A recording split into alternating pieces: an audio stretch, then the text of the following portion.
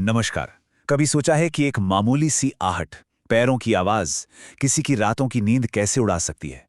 आज हम एक ऐसे ही कहानी को समझने वाले हैं, भैरवपुर की कहानी।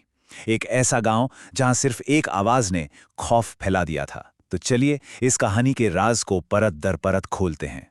तो सवाल बस इतना सा है, क्या एक आवाज में इतनी ताकत हो सकती है कि वो किसी का चैन छीन ले?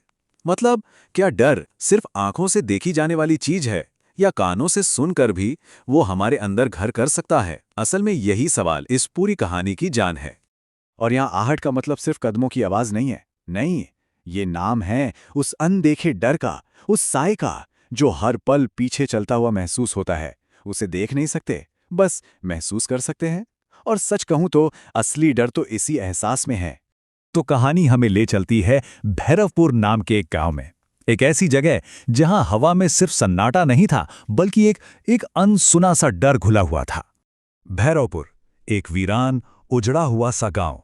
और इस गांव के ठीक बीचों बीच खड़ी थी एक पुरानी खंडर हवेली। लोग कहते थे कि उसकी टूटी खिड़कियां सिर्फ हवा में सरसराहट नहीं करती, बल्कि उनमें दबी हुई चीखें गूंजती हैं। हालत ये थी कि गांव वाले दिन के उजाले में भी उसके पास से गुजरने से डरते थे। अब इसी गांव में रीना नाम की एक लड़की थी। दोस्तों ने शर्त लगा दी और वो हवेली में घुस गई। उसे लगता था कि ये भूत वूत सब बकवास है, मन का वहम। पर अंदर जैसे ही उसने टॉर्च चलाई, दीवार पर अपनी परछाई के साथ साथ उसे एक और परछाई हिलती हुई दिखी। और बस डर ने पहली दस्तक दे दी थी। रीना के साथ जो हुआ वो तो बस एक चिंगारी थी। देखते ही देखते आहट का ये साया, ये डर पूरे गांव पर एक काली चादर की तरह फैल गया और फिर एक एक करके सबको अपनी चपेट में लेने लगा। और सबसे अजीब बात ये थी कि ये आहट किसी को नहीं छोड़ रही थी। कोई स्टूडेंट हो, नाई हो, टीचर हो या बस ड्राइवर, अरे यहां तक कि तंत्र मंत्र जानने वाला एक तांत्रिक और एक पुलिस अफसर भी इसके खौफ से नहीं बच पाए। मतलब कोई भी नहीं। जैसे गांव का नाई रघुनाथ एक रात अपनी दुकान बंद करके घर जा रहा था। तभी अचानक एक सफेद साए ने उसका रास्ता रोक लिया और कानों में एक ठंडी सर्द आवाज गूंजी, तेरा समय आ गया है, तू बच नहीं पाएगा। बस उस एक रात ने रघुनाथ को दिमागी तौर पर हिलाकर रख दिया।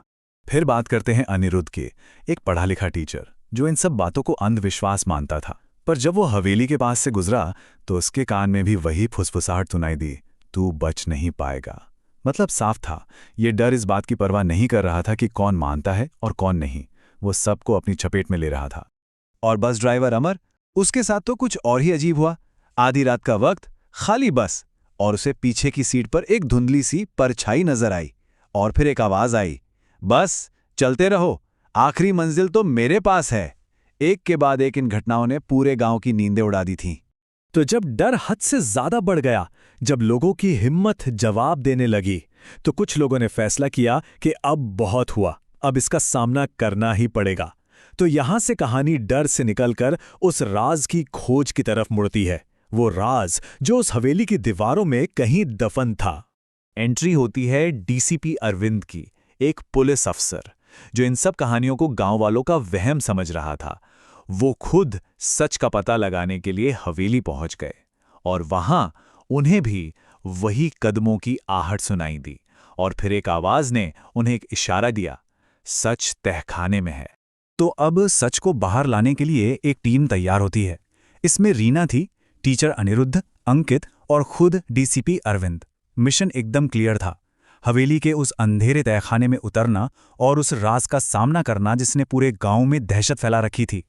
और अब कहानी अपने सबसे अहम और शायद सबसे डरावने मोड़ पर आ जाती है। वो पल जब ये टीम हवेली के सबसे गहरे, सबसे काले हिस्से में कदम रखती है, तहखाने में।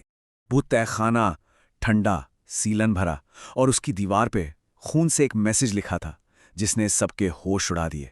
लिखा था, आह मेरा श्राप है, जो सुनेगा उसका अंत होगा। अब तस्वीर बिल्कुल साफ हो गई थी।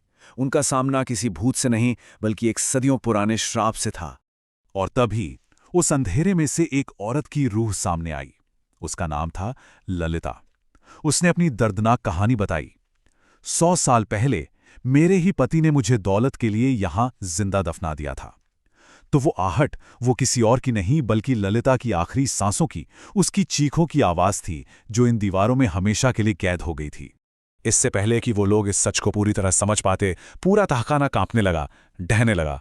और जाते जाते ललिता की आत्मा ने उन्हें आखिरी चेतावनी दी, मेरा श्राप अनंत है।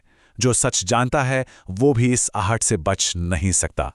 मतलब सच जानने से आज़ादी नहीं मिली, बल्कि ये एक नई तरह की कैद थी। तो हवेली का राज तो सामने आ गया, पर सवाल यह है कि क्या डर खत्म हुआ? कहानी का अंत एक ऐसी पहेली पर होता है जिसका जवाब किसी के पास नहीं। गांव वालों ने एक उपाय सोचा। उन्होंने उस मनहूस हवेली को जला दिया। सोचा कि शायद इसके साथ वो श्राप भी जलकर खाक हो जाएगा। शांति के लिए पूजा पाठ भी हुए, लेकिन हकीकत कुछ और थी। आहट अभी भी जिंदा थी। वो डर कभी खत्म हुआ ही नहीं। कुछ दिन सब शांत रहा। फिर एक रात रीना अपने कमरे में अकेली थी और उसे फिर से वही आवाज सुनाई दी, कदमों की वही धीमी पास आती हुई आहट। कहानी घूमकर वहीं आ गई थी जहां से शुरू हुई थी। श्राप खत्म नहीं हुआ था, वो बस इंतजार कर रहा था। और आखिर में ये कहानी हमारे सामने एक बहुत ही डरावना सवाल छोड़ जाती है कि अगर आहट सुनाई ना दे तो क्या इसका मतलब यह है कि वो वहां नहीं है, या वो बस चुपचाप पीछे चल रही है और हम सब अपनी अपनी बारी का इंतजार कर रहे हैं।